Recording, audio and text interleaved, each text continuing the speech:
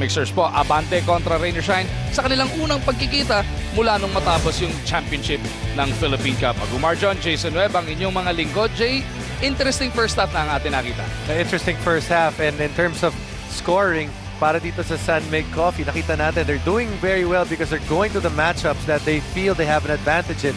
That's why they were able to put 45 points on the board. Right from the get-go, yan na nga po ang nangyari in quarter number 1. Peter Jun Simon attacking the defense of TY Tang, knowing he's got the height advantage of him.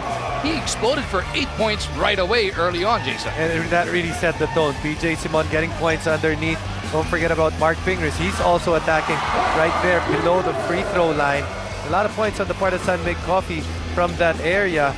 Really attacking the defense, interior defense of Rain or Shine. But don't forget about their defense, because of their defense, ang nakita natin, itong Mig Coffee limiting Rain or Shine to only 33% from the field compared to their 65. Halos doble yan.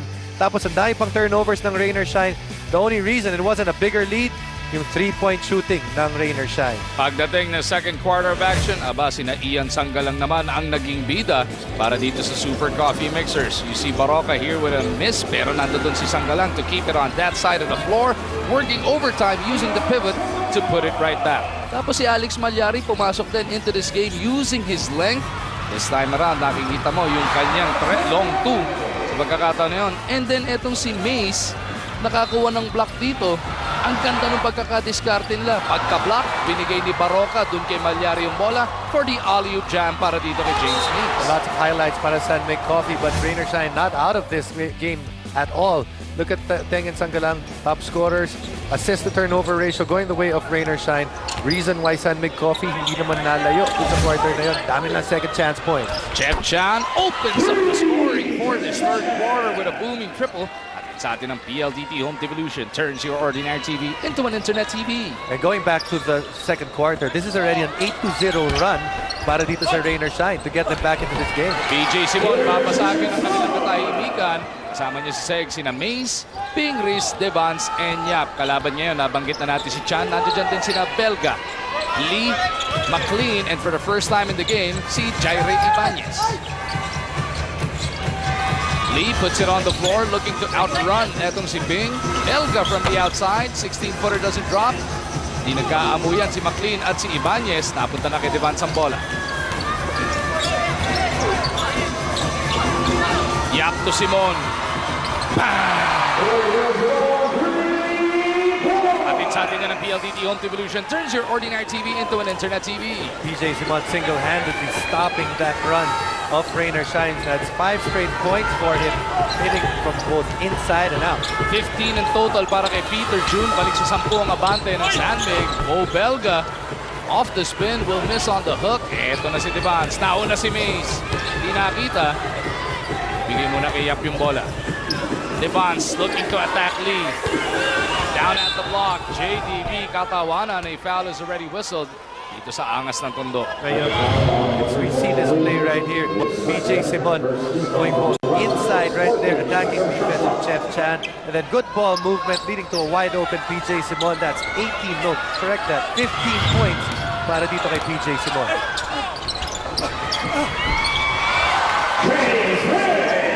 James Mace adding to his total. Had to sit the last couple of minutes of the first half out because of 3 personal fouls. After the lead went down to 5. Ito naman sa Mig Coffee, 7-0 run for themselves. Paulie breaking the silence of Rain or Shine to keep them within 10 points. And how exciting must it be para kay Paulie? Remember all the guys that played in Gilas last year? Lahat sila gumanda pa yung laro.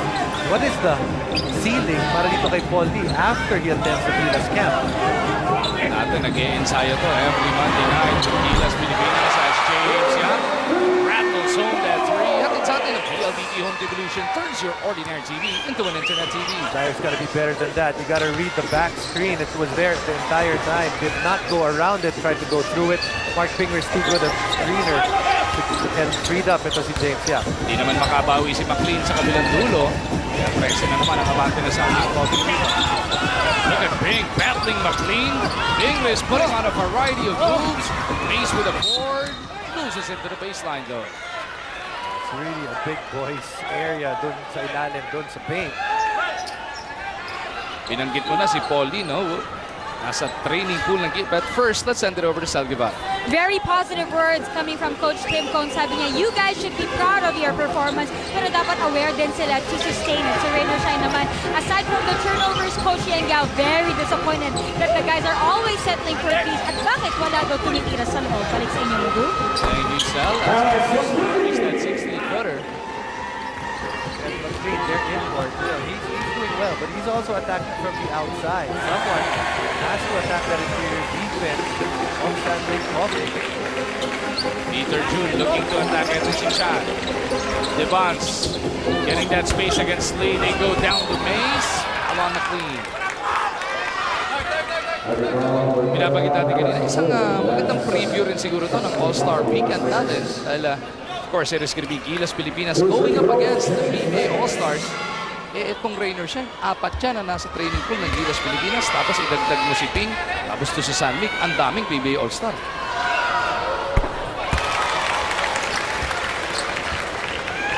Of course, we're talking about Barako, James Yap, ayun, no?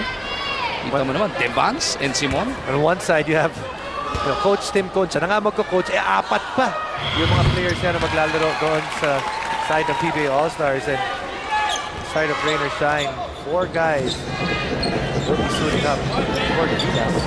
At yun po yung magiging Sunday game. That is the April 6 game. Hindi po doon na-imbitahan ng aking partner, Miss Jason. Doon kasi April 4 at saka si Richard. Kaya nga may pagsamahan mo. Gusto mo doon sa Sunday, ayaw mo ba sa Friday? Jaire, up step at a teardrop. Ginebra.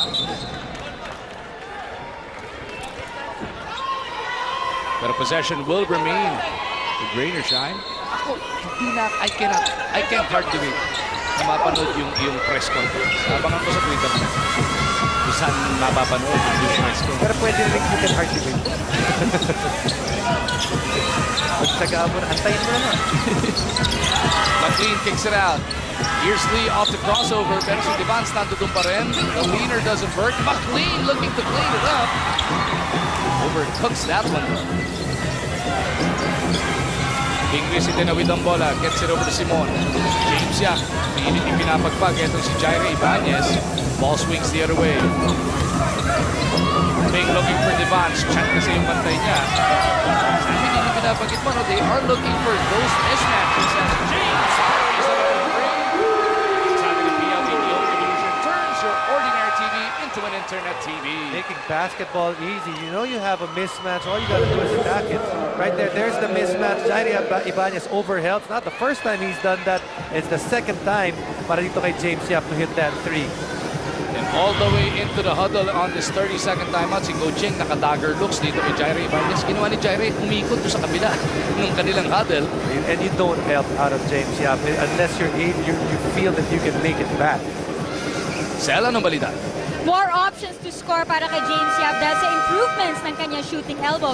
After resting his upper body, ngayon daw si James Yap can stretch out his right hand nang hindi masakit if he will go for a 3 or a layup. His focus now are also his legs para idadaan na lang niya sa talon ang kanyang pagtira. Balik sa inyo. Yun yung naging problema ni James Yap in that Philippine Cup, ano? Yung elbow niya na still heavily wrapped. But when you look at the story of the Philippine Cup, as the Philippine Cup progressed, so did the shooting percentage of James Yap. Nakita natin na gumanda na rin o nasanay na siya or gumanda either of the two yung pakiramdam dun sa elbow niya. 60-44. Matamis na 16 ang abante ng San Mig Coffee kontra Rainer Shine. Lee couldn't get rid of Devance. Had to fade away. Paul Lee with a creative make. You know, Paul Lee's been creative. That's the right term. And he's getting his basket. Pero problema, sino pa tutulong kay Paul Lee? The imports, si McLean and Paul Lee has combined for 28 points out of the 46 of Rainer Shine. Simon over to Devance. Atake na naman si Lee. JDB using his body. Almost lost his footing.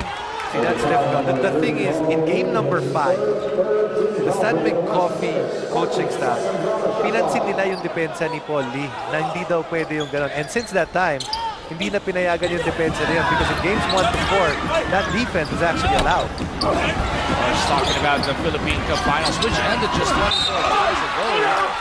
Ingris fouled on the way up.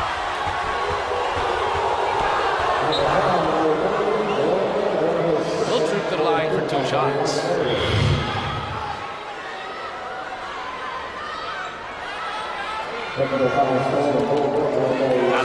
foul pa dito si Bo Belga because of his complaints after that whistle. He actually caught the hand of Mark Pingris at the end of that play. So Peter June Simon will look to make him pay. Shine having a problem staying out of foul trouble here in terms of their team fouls. Already 4 para sa kanila, none yet para dito sa San Mig Coffee. Kakataon ni Ping ipanik sa 17 ang abante ng San Mig Super Coffee.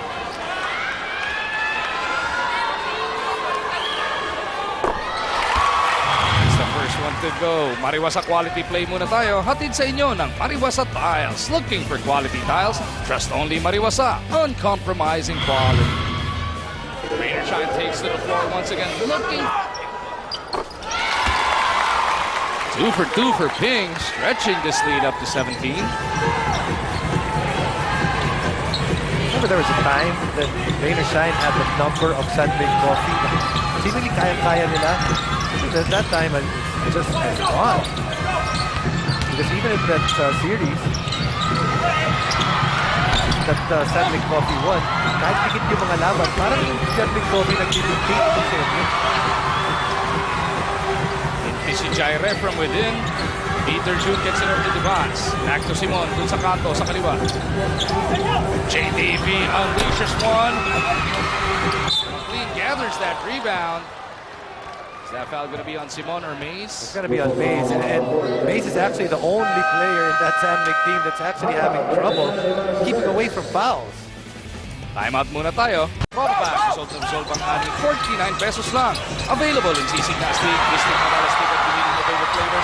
Masarap, malaman, convenient, ula lang. Propack, di lang basta ulam, ula lang. Palita ng mitis ang magkabilang koponan here in the third quarter. Well, earlier in this game, it was in the second quarter. End of the second quarter, Bubusi Mays, yung nakahabol yung Rainer Shine. Can they do that once again? The taller order at this juncture of the game. Peter June will go McLean para sa rebound. Liti Discarte para dito sa Rainer Shine. Shan looking for McLean. Didn't want to pull the trigger. McLean to lead with Barako all over him. Lee, gusto matakiin yung depensa ni Barako. Almost lost his footing. Goal, pinasa pa. Naputukan tuloy sila.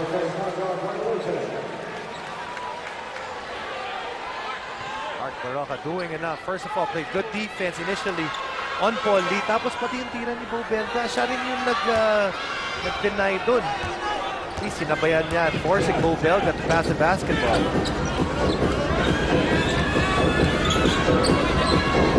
Devance Metangan, they go over to Yap. James already with 7 points in this contest. Jaire Ibanez all over it. James Yap extricates himself. Big stop basket. May kasama pang foul. There was a time that James Yap actually struggled against the defenders of Rainer Shine. Hasn't been the case. And even in the Philippine club, he found a way to score. He's scoring very well again today. That's 9 points para kay James Yap. He's got 2 3-pointers in this game. Hindi nga lang makompleto yung bonus free throw. Pero Jason, at 19 ang abante rito sa San Mig Coffee. Nalala mo, at one time, meron pa katang 0 si Jason against Rainer Shine, but he's figuring it out already. Almazan on the move. Devance on him. Almazan will be going to the line for 2 shots.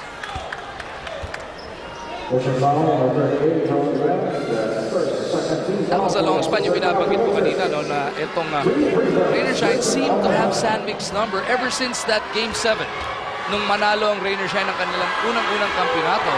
And all the way to this Philippine Cup, dun lang na ipagpag talaga ng San Mig. Remember, even heading into the Philippine Cup finals, they actually beat them in the eliminations twice. V-Fresh, sigaw ng bayan muna tayo. Brought to you by V-Fresh. Karunungan, kabutihan, kapayapaan, bukang bibig, salamig. That was actually one of the last games of 2013 December 27 or 28 yun. Ang tinambakan ng Rainer Shine yung San Mig Coffee. After that, it was San Mig Coffee has not looked back. They opened 2014 with Manila Clasico, January 5. Tapos, ang ganda na ng nilalaro nila since then. Yeah, you could say that 2014 is the year of San Mig Coffee on a championship and unbeaten so far here in the Philippine Cup, and rather in the Commissioner's Cup. Running in second place right now sa team standings behind Pop in the next 5-0. Mark Barako continues to hurt Rainer Shine. 20 na po. Sabante nila rito.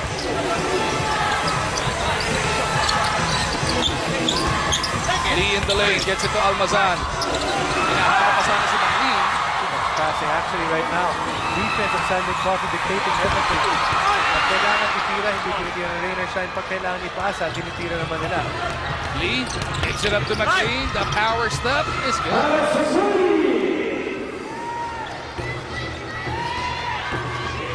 Just over 3 minutes remaining in this third quarter. Rainer Shine down by 18. Big Risk wanting to add to this lead. Oh, they pass to defense. Everything going right para sa San Mig Coffee sa puntong ito. Their defense holding up their offense. Hindi ang dali-dali. McLean attacking defense. Tinuyog pa ng dalawa. Big Risk power rebound. And defense is pushing it hard. Up, drop pass pala. 10 seconds pa naman sa shot clock ng San Mig Coffee. Tabakbakan sa pwestuhan. Paul Lee will be whistled for the foul. Oh, Rainer Shine is just getting caught with bad matchups. As we head into this timeout, 2:16 pa natitira sa ating ikatlong yugto. San Mig Coffee, Talking Texas up there at 5-0. Pero no, you have a chance because late ka na nag-start ng season mo. You have a chance to actually match that if you can with your run. For Rainer Shine, it's actually a bigger game on the standings para sa kanila because they're going to shoot all the way down to 1-3, which would be the second worst record if they don't win this game. Tandaan po natin, the bottom two at the end of 9 games, which will end April 20. Knockout na po yun. Matatanggal na po sa ating Commissioner's Cup. The top two will have twice to beat advantage kontra sa 7 and 8. Tapos yung sa gitna, best of 3 yan, which is 3 versus 6 and 4 versus 5. 69-49 nasa ating talaan. And San Mig Coffee with a commanding 20-point lead.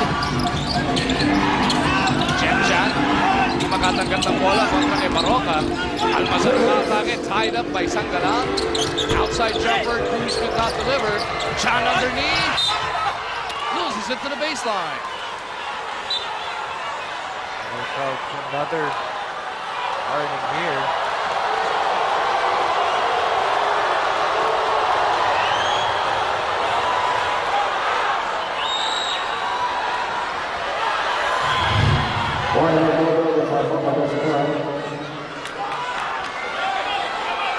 See that replay.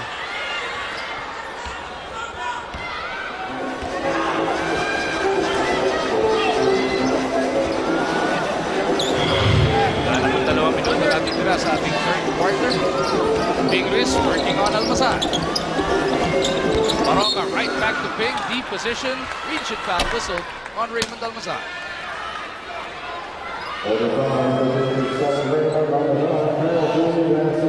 After this game, San Mig Coffee will be back in action Tuesday, March 25. Barako Bull Energy Cola, kanilang kalaban.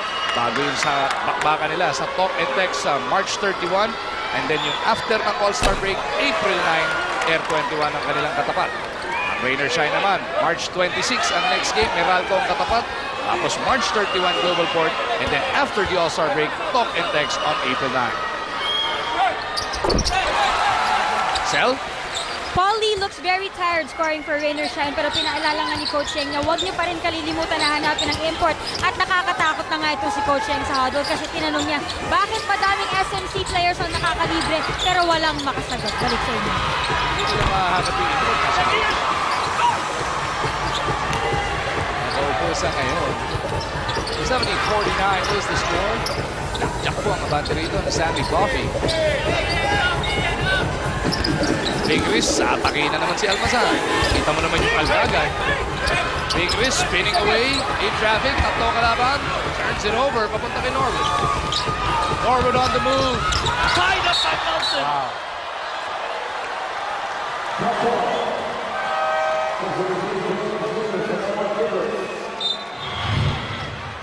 He might not be the biggest guy, but you can see right there, that's a lot of ball. Ball for the referees. Sandy Coffee playing with a whole lot of confidence. Nanalo pa sa tapikan. Itong si Melton. Will we see a throwdown? Ibigay na kaya. Norwood recovered right in time. Ace looking for Sanggalang. Napunta na sa range siya ng bola.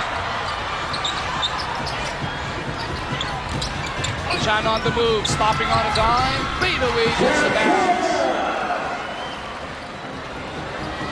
Mentioned earlier, there was a chance for Rainer Shine na lumapit sa kalamangan ng San Mig Coffee while Mace was sitting. Mace is already back on the floor right now, so they weren't able to do that when he was on the bench. Giving credit to the local. There's a reason why they're the Philippine Cup champions. Big third quarter storm. Ang nilakuhan ito Sandy Coffee. Elton lines it up. Minus that one, Norwood rebound. Hindi nakatingin sa Chris Chu pag pitch out niya. Timeout here by Sandy Coffee. They need to get a nice look. They want to make sure they get a nice look in the final 7.7 of the third. It's been a good quarter para dito sa San Mig Coffee. They want to make it an even better one by scoring in their last possession. Bukas po Meralco kontra Air 21. Alas 3 ng hapon ang umpisa. Bago yung bakbakang Talk and Text Tropang Texters at Barangay Ginebra. Tapos pinabanggit natin kanina, Monday, Tuesday, Wednesday, meron tayong mga laro. Monday will have the San Miguel Beermen taking on the Global Port Batang Pier alas 8 ng gabi. Tapos sa Tuesday, San Mig Coffee nga kontra Barako Bull Energy naman.